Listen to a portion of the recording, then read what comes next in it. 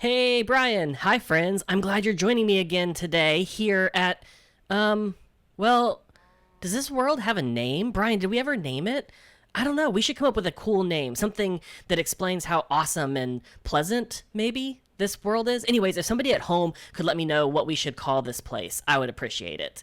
Anyway, let's spend some time today crafting a new reality. Last time we were together, I spent the morning collecting resources. And those resources are important, but the best way that either of us can make a difference in our worlds is to use those resources to make tools.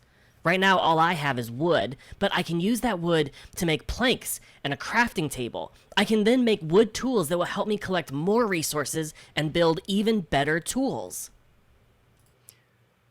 Our ability to make and use tools are one of the key things that separates us from the rest of the animal kingdom. Building tools is a central characteristic of being human. And tools take all sorts of forms. Steve is making literal tools, first out of wood so that he can mine stone. Then when Steve has cobble, he can build stone tools, which he can use to mine iron. Steve has to work to develop better, stronger tools. And so do we. When I think about the tools that we use and that we need to craft a new reality in our world, the first thing that comes to mind is not a physical tool like a pickaxe or a shovel, but listening. I think listening is a really powerful tool. Our ability to listen to one another, especially when we're talking about something that is big and complicated and hard, is so critical. So when it comes to crafting a new reality, I think of listening as a tool. And just like Steve's pickaxe, we have to actually hone our ability to listen. Just like Steve wouldn't use this wooden axe for the rest of his life, we should try to build better tools in our ability to listen. Listening is important because when there's something really important that we need to talk about, or a heavy topic that we need to discuss, it's easy to get frustrated and start yelling over each other. If we get our feelings hurt, it's easy to just want to walk away. Yelling and walking away aren't the tools that we need if we really want to craft a new reality.